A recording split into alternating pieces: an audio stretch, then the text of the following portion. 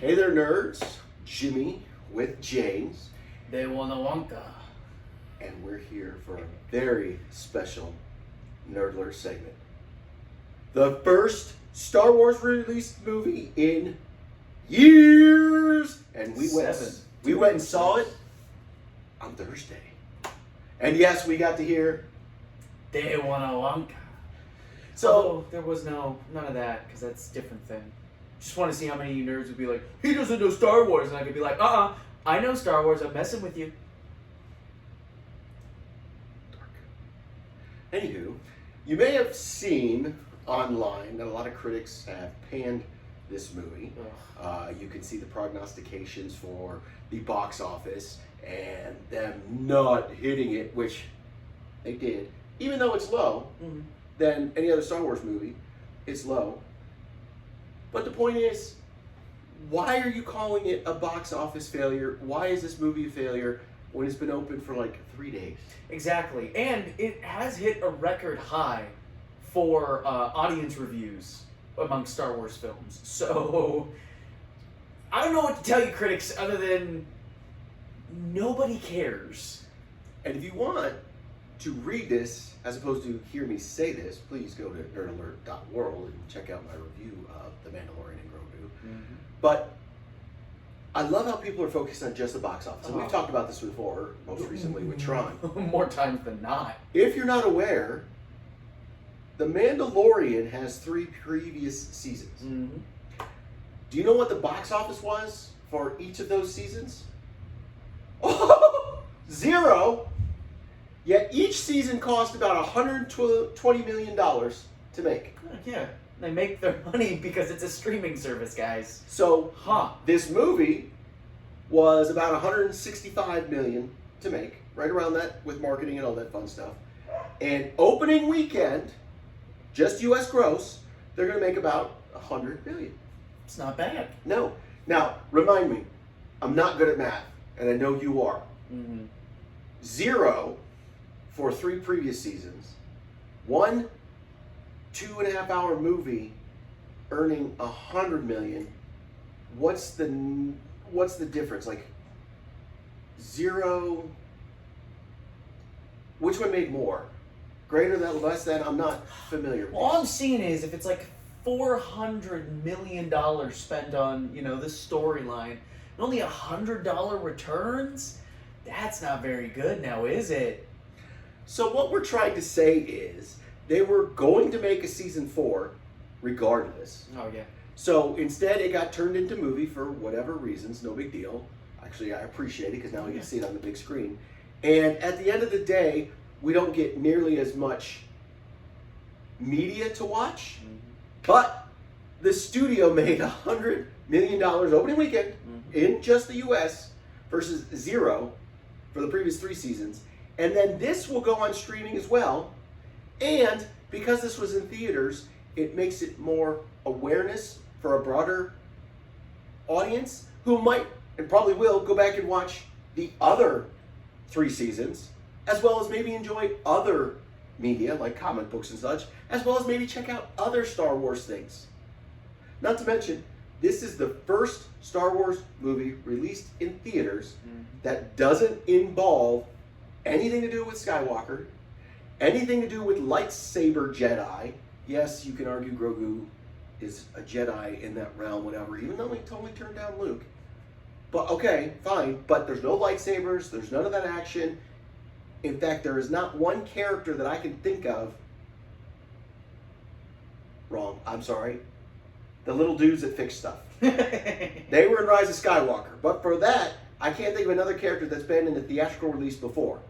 So all these characters are new to audiences who haven't seen it in a theater. Yes. So, again, tell me how this is a failure. Oh, because the box office means everything, apparently. I didn't even know that was what we were going with. I know people knock Disney since they bought Lucasfilm, but I feel like, at least in this case, they have a bigger plan, and I'm totally down with it. And now that Favreau and Filoni are in charge, I believe they're going to give a big middle finger to the box office and be like, we don't care. Well, I mean, that's what it should be at this point anyways. The box office hasn't been the end-all be-all for film success since streaming became a major thing. And yeah, I get all you people who are going to complain about streaming. I do agree physical media is amazing and that streaming does take away from true ownership. But that's not what this discussion is about, so don't levy that criticism when that's not what this applies to. Streaming still makes films money because a film that's watched on streaming gets residuals because someone watched it. So being like, oh, the box office wasn't big enough to make back the money, so it's a failure. No! In no way! Ares hit it huge. I think it was #1 on streaming for a hot minute. Yep. On Disney Plus. So fuck all of you, everyone who said Ares wasn't gonna hit it big. The box office was not a deciding factor in its success, and that's for the whole series regardless. And it's the same thing with Star Wars. Star Wars, yes, obviously, back in its prime, they were blockbuster films, but that's because the only way to go see them was in the movies. It's not the case anymore. Streaming is a major component of the way films make money now, and for better and for worse, the box office is less important for how successful a film is. Now, enough of letting our hate flow. Let's actually talk about the movie. What a lot of fun. Yes. I loved it. It was incredibly world building for Oh, yeah. a universe that's existed almost 50 years. Mm-hmm. We had a ton of world building, and it sort of reminded me of Rogue One, where we saw new planets we hadn't really seen before. We may have read about them, but we never seen them in the theater. Similar to Solo. This one, even bigger, even more so. I thoroughly enjoyed that. And although we did not see a lot of these characters in theaters before, we have seen them on streaming, specifically the Hutt Twins in the Book of Boba Fett. Yes. And their return, I guess, was a huge part of the story and a blast to see them. Well, and we got to see Nal Hutta, which is a very major location in a lot of extended universe lore. It's where the Hutts basically run their operations, with the exception of Jabba, who went to a desert of all places. That still baffles me that he's like, I want to go to the one place that's probably awful for my species, but it'll be fine. Try me out. And the weird part is, it's funny, when we saw Nal Hutta, I had visions of what Kashyyyk would look like at some point, and Coruscant, and other stuff. I never imagined Nal Hutta would look like that. And it's not that it was good or bad, it was just like, oh, that makes perfect sense. Well, yes, it does make perfect sense, given that the Hutts are worms, I guess. Big old slugs. But it's like, it then just confuses me more why they would ever want to go to Tatooine unless it was purely because Jabba could make even more money, which I see that being the case when you look at Tatooine's crime syndicates and how Jabba so easily came to power there. But still, why would you go to a desert planet when you're a slug? My guess is it was, the home of scum and villainy. That's fair. And nobody really wanted to go to Nal Hutta. Yeah. It was all droids that was there on the planet protecting the Hutts. Watching everyone have to deal with the Nal Hutta ecosystem. Yeah. I can understand. I mean, you see in the movie that the twins only have enhanced droids. Yeah. From the Separatist army running around, and it's like, God, yeah, that kind of implies no one would want to work there. Because I guarantee everything there is probably poisonous or venomous. We only saw one other intelligent life form, fishing. I literally don't think we saw another. But he was like a fish dude. Yeah, he was definitely a fish dude. Oh, he was a fish dude, so I wouldn't really. And the other forms of life that were capable of, using tools and whatnot were also fish things. Yes. So, I don't foresee a lot of people wanting to live there unless they were fish people. Or more aquarian or amphibian. It was also nice to see, as an adult, we learned that the Hutts live a very long time, so yes. I don't know how to exactly say Rotta and where he was in his lifespan. Well, he was like a little thing. That's what I mean. Wars. So seeing him again, not a baby for sure, was really cool. But from the trailers, I thought we were going to get a different aspect, i.e. more like his father. So to watch the movie and see, no, nothing like that, I was pleasantly surprised. Well, it was kind of nice to see it like with Thor Ragnarok, where it's like, I know that, I work with that guy. It was nice to see that aspect of it, that he did actually play a major part in the story, that he wasn't just there to be like, oh, cameo, that's a character people, fans of the extended universe will know. Which was also one of my favorite parts, was the gladiator scenes, when they basically sentence him and Mando, Din, to die, and they unleash all these beasts. We see characters from the original holochess game, Dejarik, with Chewbacca and C-3PO, and we even see the same maneuver, raising it over his head, cracking him and throwing him on the ground. I believe it was also in Rise of Skywalker or Solo. Solo. Something. It was in Solo, yes. when Chewbacca first played. I was like, the live version's awesome! I remember seeing the design of the pit, the fighting pit, and I was like, oh, that's a neat little reference. And then the shot-for-shot recreation happens, and I'm like, well, now I gotta know, is this inspired by holochess? Or did holochess inspire... Or wait, did holochess inspire this, or was holochess inspired by this? Which came first? And it was very interesting moment. It's like, oh, that's a neat little detail. What ramifications does it have on the wider Star Wars universe? It was definitely the Leo DiCaprio moment, because it was, so good. Thoroughly enjoyed it. I like how we started off. We know the story of these two. We know what they've done in the past, but we don't know exactly where they are at this moment in time. Mm-hmm. And so we see them take on the remnants of the Empire, an Imperial lord. But basically, they're now just warlords, like scamming their peoples who they're protecting for money and just being general jerks. They were before, but now they're on their own. There's no emperor to tell them what to do. So we see Din taking them on with Grogu, and they're literally going into former bases. There's a whole scene with 3 or 4 AT-ATs as they're going along, and they take out each one to get to the warlord. And one of my favorite parts is you're supposed to bring them in alive. So Things got complicated. Things get complicated. But who said the line? That was Sigourney Weaver? No. Zeb. That's right, Zeb. Zeb is back again. Sorry. The first version theatrically that we've ever seen. We've seen him in a live action before, but not theatrically. So that was awesome again. Yes, it is always awesome to see the Rebels characters get some love, because they are factually some of the best characters who aren't, related to the Skywalkers in any way. And then we go back and we see the New Republic, the beginning of the New Republic, their base, where we meet Sigourney Weaver. Yes!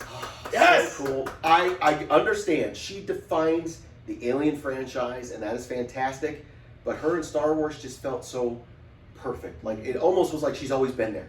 And I loved it. And she is in charge of this base. She is giving missions to Mando. Grogu obviously following along. I would say she'd give it to Grogu, but Grogu's worried about eating, and that was another hilarious moment as she's using the Force to get that tray of food, and she's like, No. don't. No food for you. But it was great because she got a big mission. This is the one that sends the team off to, that's where they go to meet Rotta. Yes. And start that journey. But it's awesome, the twists and turns and the espionage. I'm not saying this is like Andor, because Andor was much more rooted in like modern politics, but we definitely see twists and turns that weren't necessarily expected. And at the heart of it all are the Hutt Twins. We see new creatures, which are fantastic. I don't even know what that snake thing was that was in the pit. Called it like a water dragon or something? Yeah. And we see the Hutts are obviously used to their little false floors. You would think people would be well aware of that. Yeah, exactly. It's no big secret. Like, given that Jabba was so notorious as a warlord, you'd think by post-Episode 6 era Star Wars, people would know that the Hutts are notorious for their opening pit chambers. Don't stand there. Duh. Well, maybe it's an intimidation factor. I don't know. But then it made me can't laugh, and I guess we should have said at the beginning, and we'll put it in the notes. Spoiler alert, when all the Hutts are wrestling, and they're on that, and then it caves to their weight, and we see the fate of the twins who, unless we're telling stories that take place between the Book of Boba Fett or slightly earlier, and now, we won't ever see them again. Oh, no. And it's weird. I've never seen a Hutt not die horrifically on screen. I swear to God, I think it's like series tradition now that they just have to die horrifically. That was the other coolest thing. I've read it in books, I don't remember which one, where you see Hutts fighting, but I've never seen it. Yeah, you kind of have to fill it in with your imagination. To watch in the gladiatorial arena, but then when the twins are fighting Rotta, and you're like, oh wow, this is messed up. Like, this is an interesting fighting style. It's perfect for their body type shape. They are tough as nails. It was very cool to see. Well, and it lends credence to the whole, they were a great tribe of warriors. Because you look at Jabba and the twins, and you're like, no. Yeah. No. And then you see Rotta, and it's like, oh. And it's very unique, and it was incredibly creative to see how they adapted that to the screen and finally gave a visual aid to seeing how effective the Hutts are as warriors. It was also cool to see Zeb had a very large role. Yes. I was worried when he first picked up the duo after defeating that first Imperial warlord On the Hoth-like planet. that we were going to see him simply flying, and then that was it. Similar to just meeting He's up. the chauffeur. Yeah, it's similar to meeting up at the bar. I think it was Ahsoka or whatever where he showed up. But no, he gets his own fight scenes, which are badass. And again, he's a badass. Although, for him to do that left Grogu as the pilot, which really left them hanging at that point. But it led to some cute things later where Mando is essentially teaching him how to drive. Don't hit that button. That's why there's a safeguard on it. Exactly. Exactly. A lot of... I don't think he knows what he's doing. He does not. A lot of weapons firing instead of flying. Hey, whatever. The other character we saw for the first time in live action was Embo. Yes. Who's an awesome bounty hunter. He's not my favorite because obviously Boba Fett will always be my favorite. But even Cad Bane is awesome. But it was fantastic to see Embo live action again, fighting in live action, using his helmet to deflect bullets and as a weapon, and frankly, to be probably one of the truest bounty hunters. And literally, if you paid him, that's what he was doing. Because once the Hutts were in trouble and couldn't pay him anymore, he was out. I'm out. Yeah, he's like, Peace. My job's done. I got my money, and clearly you're not going to pay me anymore, so I'm done. And that's what I really appreciated with this film is they choreographed the fighting so well. They clearly dedicated a lot of time to making sure that the fights were well thought out and that they were well choreographed. And it was nice to see, obviously lightsaber duels are fun. But what I miss so much from Star Wars media that isn't focused on the Jedi are the fights that don't focus on cool-ass laser swords. It's like, the Mandalorians are so well trained in combat, regardless of what they're fighting, that it's so nice to see that it's like, yeah, Mando is a masterclass killer because he's trained to kill all sorts of things. And I wish, and I hope more Star Wars projects do more fighting that's not just lightsabers, because I feel like with Star Wars media, especially with fans who really only focus on the Skywalker saga, they tend to forget that it's like the Jedi aren't the most powerful warriors. There was literally a race, a planet-wide race that honed their craft to kill Jedi, and it's nice to see that come to the screen. That it's like, we're bringing light to all these other species that are way more capable of fighting in some ways and way more effective at fighting. Again, off note, because he wasn't in it, although he has been in The Mandalorian. Cad Bane. Oh, yeah. That's why he has the tube. So when they do the Force choke, it's like, yeah, you can't choke me. I can breathe this way. It's like, yeah. Hey, dumbass. Exactly. Oh.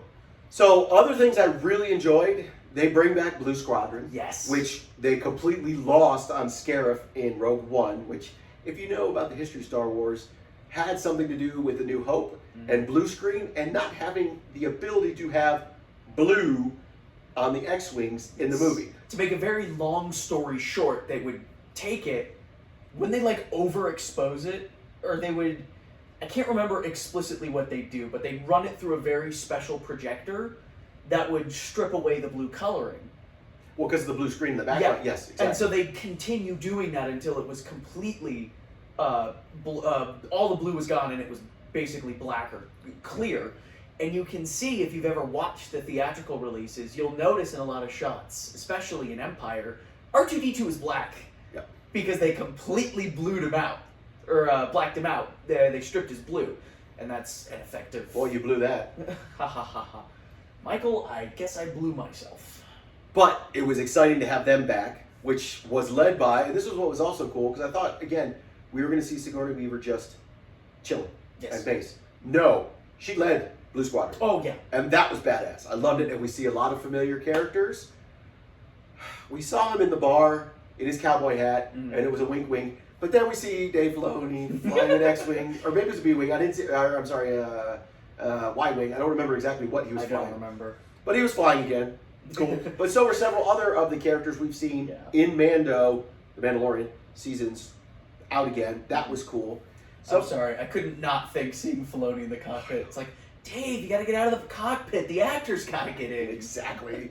Pew, pew, pew, pew. It's like... love you, Dave. We love you. You could pay us because we're praising your movie. Some of the things that I was disappointed I didn't see, only because I wanted to see them, but not because it took away from the story. We didn't see Bo-Katan. We did not see the armor or any of the other Mandalorians. Not surprising, because they're worried about Mandalore. That's what their deal is. They've got their own shit to worry about. Exactly. So, I like I said, I would have loved to have seen him. Not disappointed. Again, having like Christopher Lloyd and Jack Black come back would have been fantastic. That would have made no sense. So I'm not disappointed. I was slightly disappointed we didn't see Amy Sedaris' mechanic back, especially since we got the Razor Crest back. I was bummed we didn't see her because she has such a great relationship with Grogu. But again, I get it. What have you. And then the biggest one, which we all knew was not going to happen, but Carl Weathers, because he passed away.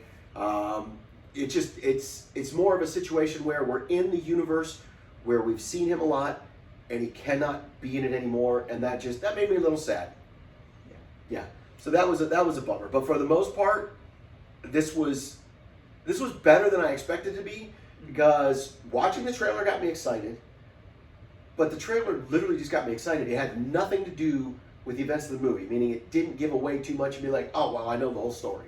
There are a lot of surprises. And what I loved is that the marketing and kind of the film itself leaned a lot into the more space opera serial origins of Star Wars. I mean, the poster is clearly designed after like classic 50s sci-fi B movies, which is kind of what Star Wars comes from. Flash Gordon, as George Lucas has stated over and over again, was one of the major inspirations for Star Wars. And so it's nice to see that Filoni and Favreau are leaning into that more than they are trying to move away from it, which, to anybody who's like, oh, that's not what Star Wars is, that's what fucking Star Wars is. Don't act like it's not.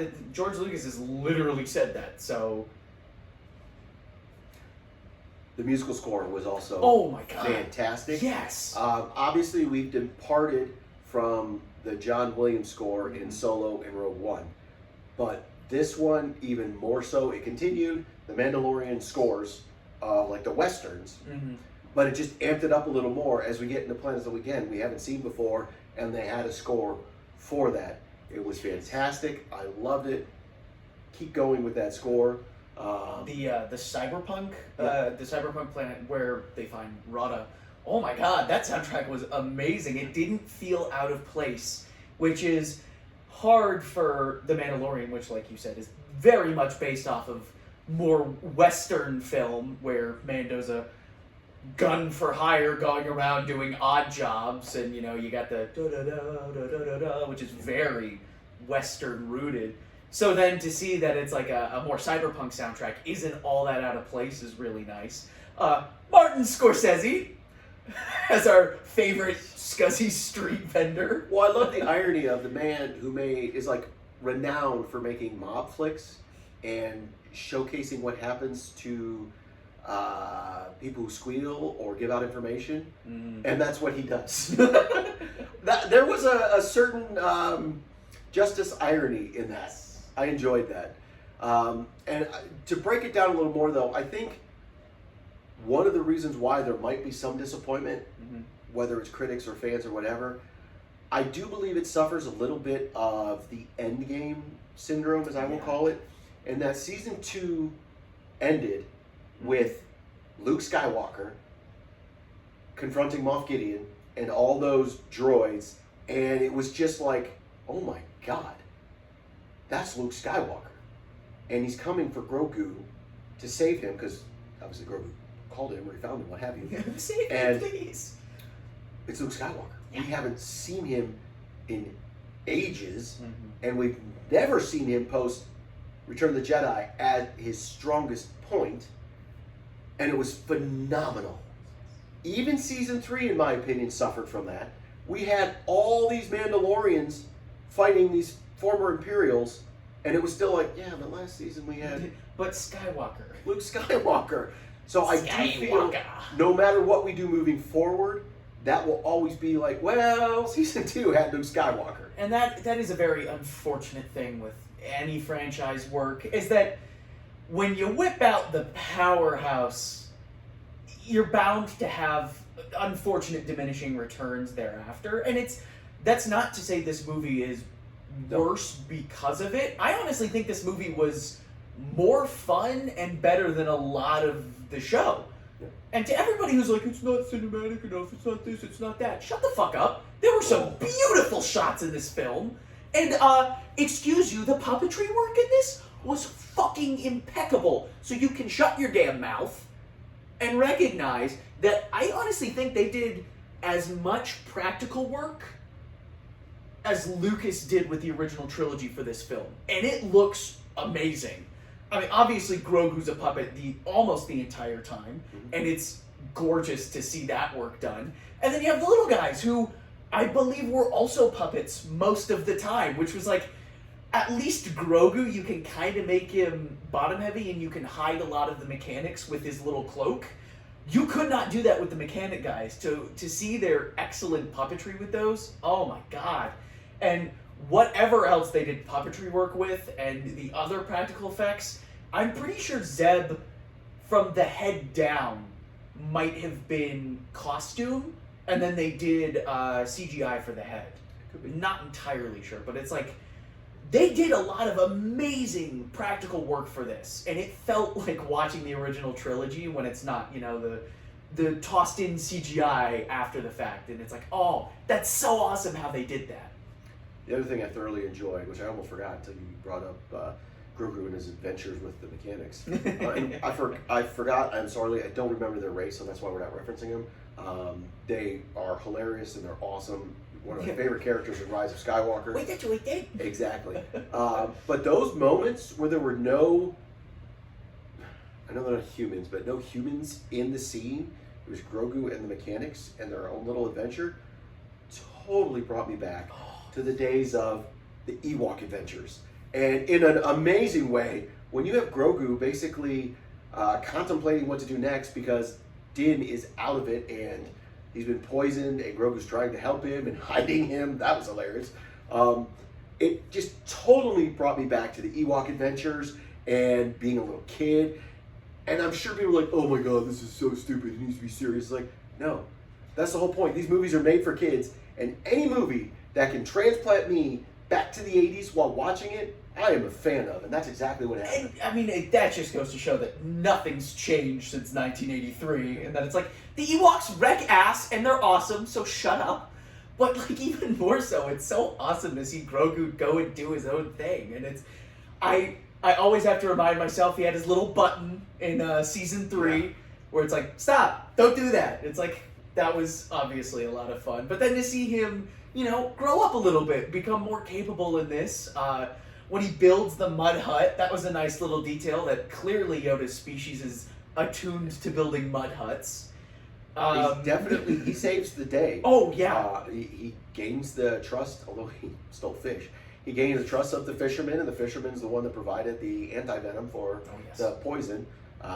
He's the one that had the mechanics go back and bring back reinforcements.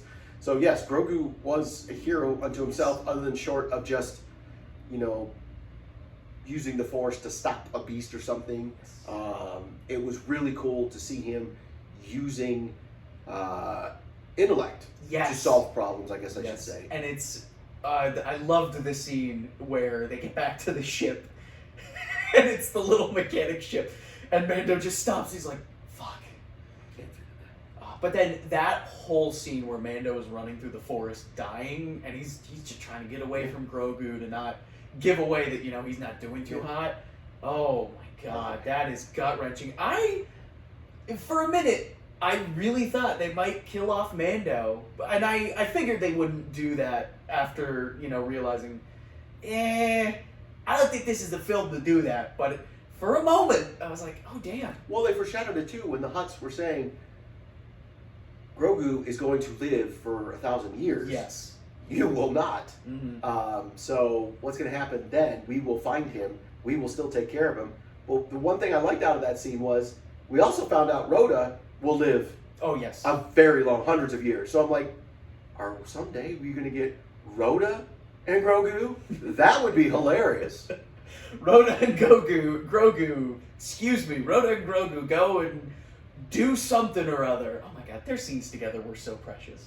I was so impressed with Rotta. I thought for sure we were just going to get Jabba Jr. and to get the exact opposite. In fact, at the very end, Mandalorian was like, well, good luck on your adventures. He's like, Rotta's like, I think I'm going to stick around here a while. And he's hanging out with the New Republic, and you're like, dude, I would love to see... You are not your father at all. ...him pilot a craft and take on Imperial. Oh, whatever. Jesus. That's hilarious. I'd be so terrified to see how well he could pilot. Yeah. Yeah, it's... I love seeing those two together, which is very sweet, knowing that they have each other. Now Grogu's got a Funkle.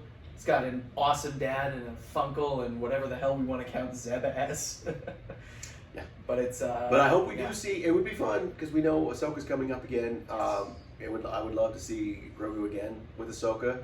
Grogu and Aunt Ahsoka. I know Luke shouldn't have animosity because Grogu chose Din over him, but it would be fun to see them reunite because there's not a huge world of Jedi, so it would be interesting to see him hook up with more Force users. It'd be funny to see. I mean, it would be a little dark to go into this, but it'd be nice to see Ben's growing resentment towards Luke, and that could be that Luke still favors Grogu, and that it's like, that could be something like Ben's like, he's not even one of your Padawans, and Luke's like, well, he's close to an old friend, and Ben's like, and Grogu's way cuter than you, Ben. You're an asshole, Ben. Oh, that'd be funny if they brought back Adam Driver and just didn't even try to make him look younger, like they did in the flashback, where it's clearly Adam Driver. That's funny. That would be funny, but that aside, it'd be nice to see these two characters more, because they clearly had adventures in this. And you know what? They had adventures, and they did stuff, and something was accomplished. So the movie did what it was supposed to do. In reality, you have a puppet, and you have a dude in a mask most of the time. As long as we get his voice, and I'm A-okay, and I was nice to see that the stuntmen and the, a body figure were credited right underneath Pedro Pascal. That was pretty cool. But yeah, I don't care who's in the suit. As long as we get Pedro's voice, because technically we shouldn't see his face. Dude, let's tell stories for the rest of end of eternity. Let's do that. So 1,000 more seasons, Morty. At the end of the day, obviously, we love The Mandalorian and Grogu. Highly recommend you check it out. Do not listen to the critics or the naysayers. Make up your own opinion. It is well worth the time, energy, and even the money to go check it out. We had a blast. They want a Wonka. Let us know what you think in the comments below.